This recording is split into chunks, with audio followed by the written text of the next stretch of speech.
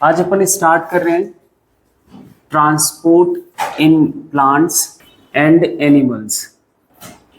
ये फिजियोलॉजी है नेक्स्ट आपकी, इसमें आपने पहले न्यूट्रिशन पढ़ लिया और रेस्पिरेशन पढ़ लिया।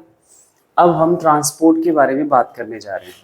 देखो, ट्रांसपोर्ट सिस्टम क्या होता है, आई थिंक आइडियली एक जनरल आइडिया सबको पता होगा। एक कोई प्रोडक्शन हाउस है, उस प्रोडक्शन हाउस से जो भी प्रोडक्ट बन रहा है, जो प्रोड्यूस बन रहा है, उसको डिस्ट्रीब्यूट करने के लिए जो सिस्टम चाहिए, जो चैनल चाहिए, that is a transport system. यही होता है ना। जैसे आप बिस्किट खाते हो, बिस्किट कहीं कम किसी फैक्ट्री में बनता है, तो वो ट्रक से या ट्रेन से या जैसे भी उसका ट्रांसपोर्ट मीडियम जो होगा वो यूज़ करके आप तक, आपके घर के पास की दुकान तक पहुंचता है, फिर आप तक ले आते हैं। ठीक है, अब हमें ये सोचना है कि एनिमल्स और प्लांट के केस में कि ट्रांसपोर्ट का ज़रूरत क्या है और क्यों चाहिए। ठीक है, दो आपने चीज़ें पढ़ ली, न्यूट्रिशन पढ़ा प्लांट में और एनिमल में पढ़ा, ह्यूमन बीइंग में। जब हम प्लांट के न्यूट्रिशन की बात कर रहे थे तो फोटोसिंथेसिस कहाँ होता है? लीफ में। मेनली कहाँ होता है? लीफ में। फोटोसिंथेसिस से बनता है क्या? फूड, है ना। फूड बोले तो कार्बोहाइड्रेट। क्या ये कार्बोहाइड्रेट सिर्फ लीफ को चाहिए? ऐसा तो नहीं है। प्लांट का हर एक सेल, हर बॉडी पार्ट प्लांट का यूज करेगा इस कार्बोहाइड्रेट। लेकिन सिंथेसिस कौन कर रहा है? ये लीफ। कौन सिंथेसिस करता है? लीफ। तो ये जरूरी होना चाहिए कि एक ट्रांसपोर्ट सिस्टम हो, इस लीफ से इस फूड को इनके स्टेम तक लाया जाए, स्टेम से रूट तक लाया जाए, तब तो जाके रूट सेल्स को, स्टेम सेल्स को और जो इनके पार्ट्स हैं उनको मिलेगा, नहीं तो नहीं मिल सकता, है ना। तो यहाँ भी एक ट्रांसपोर्ट सिस्टम की जरूरत पड़ती है। और ये जो फूड या जो हमारा कार्बोहाइड्रेट है, इसका जो डिस्ट्रीब्यूशन है, यहाँ आपका इन्वॉल्व होगा ट्रांसपोर्ट सिस्टम की जरूरत पड़ेगी। तो प्लांट में ट्रांसपोर्ट सिस्टम की जरूरत है, ये आई थिंक क्लियर हो गया। अब ऐसे आपने एनिमल के केस में या ह्यूमन के केस में बात करा था, डाइजेशन के बाद एब्जॉर्प्शन एक स्टेप पढ़ा। एब्जॉर्प्शन ह्यूमन बीइंग में कहाँ होता है? Small intestine. कहाँ पे? स्मॉल इंटेस्टाइन में, है ना। जो कुछ भी आपने डाइजेस्ट किया था, जैसे ग्लूकोज, कार्बोहाइड्रेट ग्लूकोज में कन्वर्ट कर लिया था, प्रोटीन को एमिनो एसिड में कन्वर्ट कर लिया था, ठीक है, फैट को फैटी एसिड में कन्वर्ट कर लिया था, प्लस ग्लिसरॉल में कन्वर्ट कर लिया था, और इसके साथ विटामिन्स जो आपके फूड में होते हैं, मिनरल्स और वाटर, ये सब कुछ आप अपने स्मॉल इंटेस्टाइन से ही एब्जॉर्ब कर लेते हो। स्मॉल इंटेस्टाइन की वॉल एब्जॉर्ब करती है, विलाई एंड माइक्रोविलाई पढ़ा था आपने, है ना। तो एब्जॉर्ब करने के बाद क्या सारा ये न्यूट्रिएंट सिर्फ स्मॉल इंटेस्टाइन यूज करेगा? ऐसा तो नहीं है। आपके हर बॉडी पार्ट के हर एक सेल को चाहिए होगा ये, है ना। आपके हेड वाले रीजन को चाहिए, है ना, ये फोर लिम्ब को चाहिए, हाइंड लिम्ब को चाहिए, सारे हर एक सेल को चाहिए, इवन हर एक सेल को चाहिए ये सारे न्यूट्रिएंट। तो इस न्यूट्रिएंट को, इन सभी न्यूट्रिएंट्स को बॉडी के हर पार्ट तक सप्लाई करने के लिए, सप्लाई मेंटेन करने की, तो यहाँ भी आपको एक ट्रांसपोर्ट सिस्टम की जरूरत पड़ेगी, इधर भी आपको एक ट्रांसपोर्ट सिस्टम की जरूरत पड़ेगी। बात समझ आ रही है? बात इतनी क्लियर हो गई, है ना। क्योंकि एब्जॉर्प्शन तो स्मॉल इंटेस्टाइन करेगा, लेकिन ट्रांसपोर्ट करना करके ही पूरे बॉडी पार्ट्स में, पूरे बॉडी के सेल्स में इन सभी न्यूट्रिएंट्स को पहुंचाया जाएगा। तो ट्रांसपोर्ट सिस्टम आपको प्लांट में भी पढ़ना पड़ता है, उनको उनकी जरूरत है, एनिमल्स में भी जरूरत है ना। तो एक पॉइंट नोट करो, पहले हम एक्चुअली बात करेंगे, जो हमारा पहला टॉपिक रहेगा वो हम पढ़ेंगे ट्रांसपोर्ट इन एनिमल्स, फिर ट्रांसपोर्ट इन प्लांट्स पढ़ेंगे, है ना। पहले हेडिंग बना लो, transport in animals, transport in animals. और इसमें एक पॉइंट नोट करो, digested nutrients absorb by small intestine, it is supplied to the whole body parts. It should be supplied to whole body parts by a transport system, ठीक है।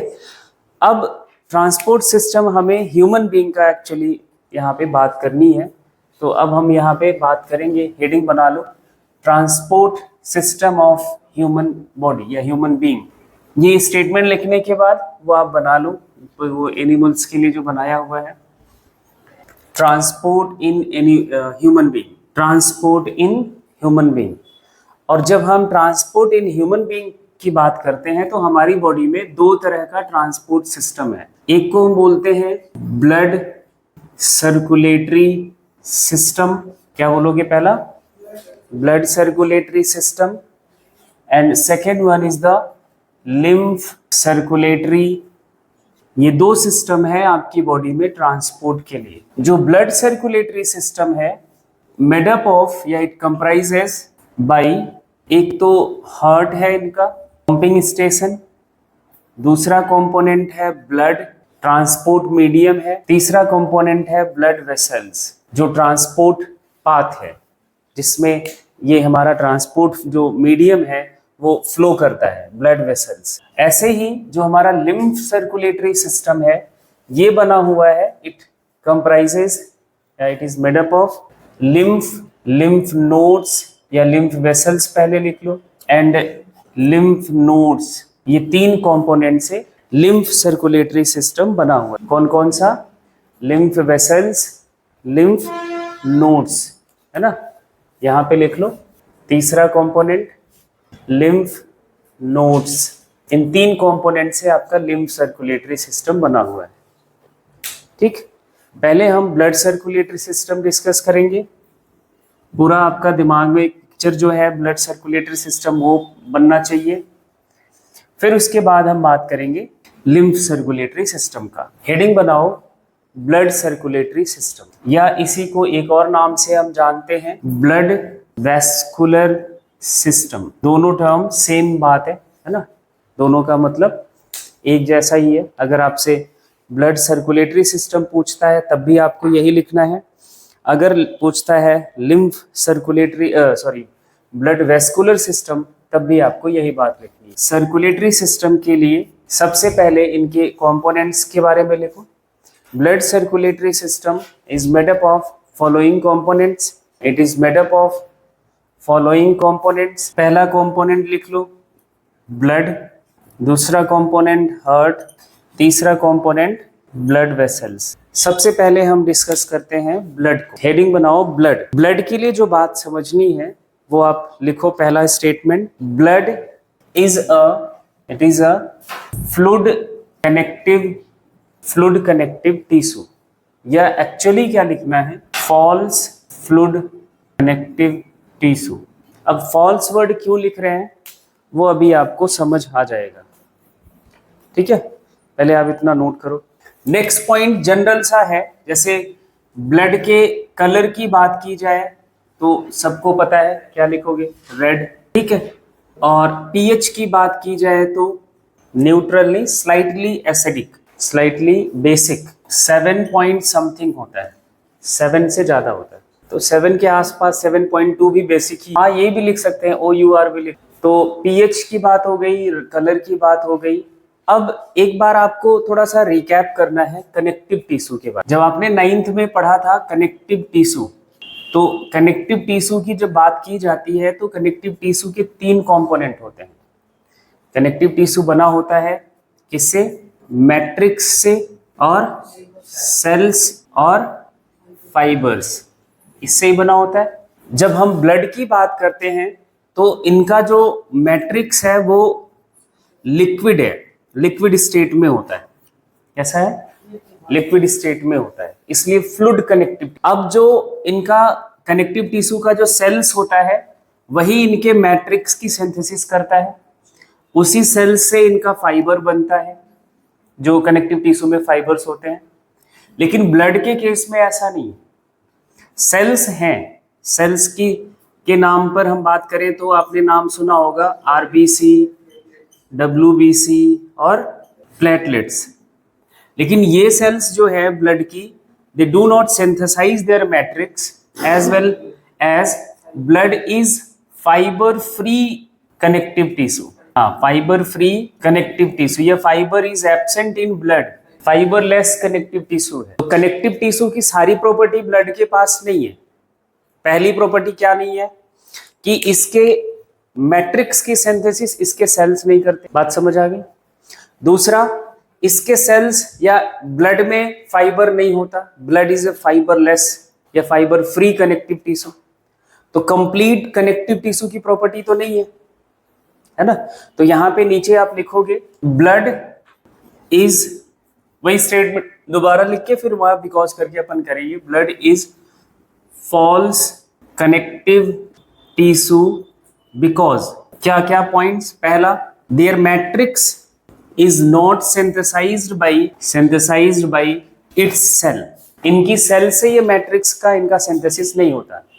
फिर आपका दिमाग, ये क्वेश्चन आना चाहिए दिमाग में कि फिर ब्लड के मैट्रिक्स की सिंथेसिस कौन करता है। मैट्रिक्स तो है लेकिन करता कौन है, तो इनका मैट्रिक्स की सिंथेसिस करता है लीवर।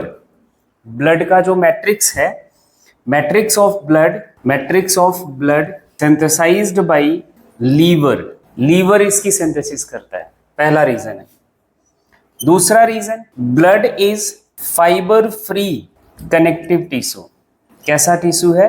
फाइबर फ्री कनेक्टिव, इसलिए भी हम इसका नाम कनेक्टिव टिश्यू नहीं कहेंगे, फॉल्स कनेक्ट। और एक बात और याद रखनी है, इनका जो मैट्रिक्स है वो लिक्विड स्टेट में है, इसलिए इसको हम फ्लूइड कनेक्टिव टिश्यू कहते हैं, false fluid connective tissue. Their matrix is in liquid state so that it is known as fluid connective, इसलिए इसको आपने क्या बोल दिया? Fluid connective tissue. इतनी बात समझ रहेगी। फाइबर इसमें नहीं होता, फाइबर और जो कनेक्टिव टिश्यू है उनके पास है, तो इसके पास जब फाइबर नहीं है तो यही तो हम बात कर रहे हैं कि ये फॉल्स कनेक्टिव टिश्यू क्यों है। एक रीजन तो ये है, मैट्रिक्स ये खुद नहीं बनाता, दूसरा फाइबर नहीं है इसके पास, और इसका प्लाज्मा जो मैट्रिक्स है वो लिक्विड स्टेट में है, इसलिए फ्लूइड कनेक्टिव टिश्यू बोल दिया। ठीक है इतनी।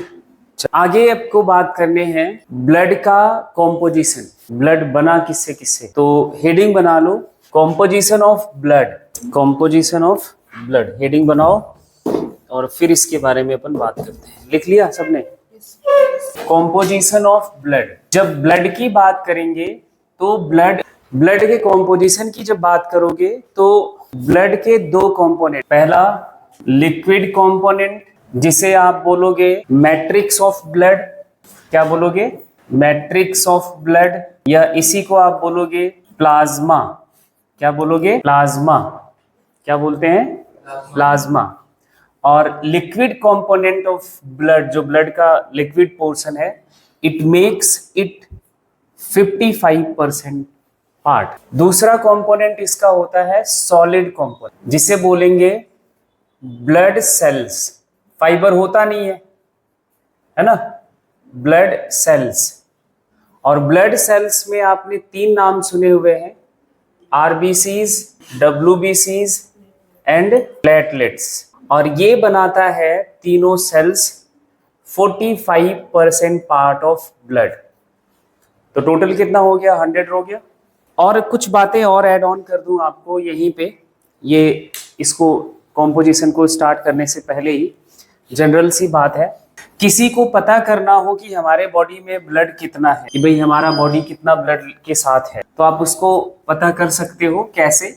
ये एक पॉइंट नोट कर लो, volume of blood is 7 to 8% of body weight, और बॉडी वेट ये केजी में होता है। 7% in case of female and 8% in case of male individual। कैसे? एक एग्जांपल लेता हूं मैं।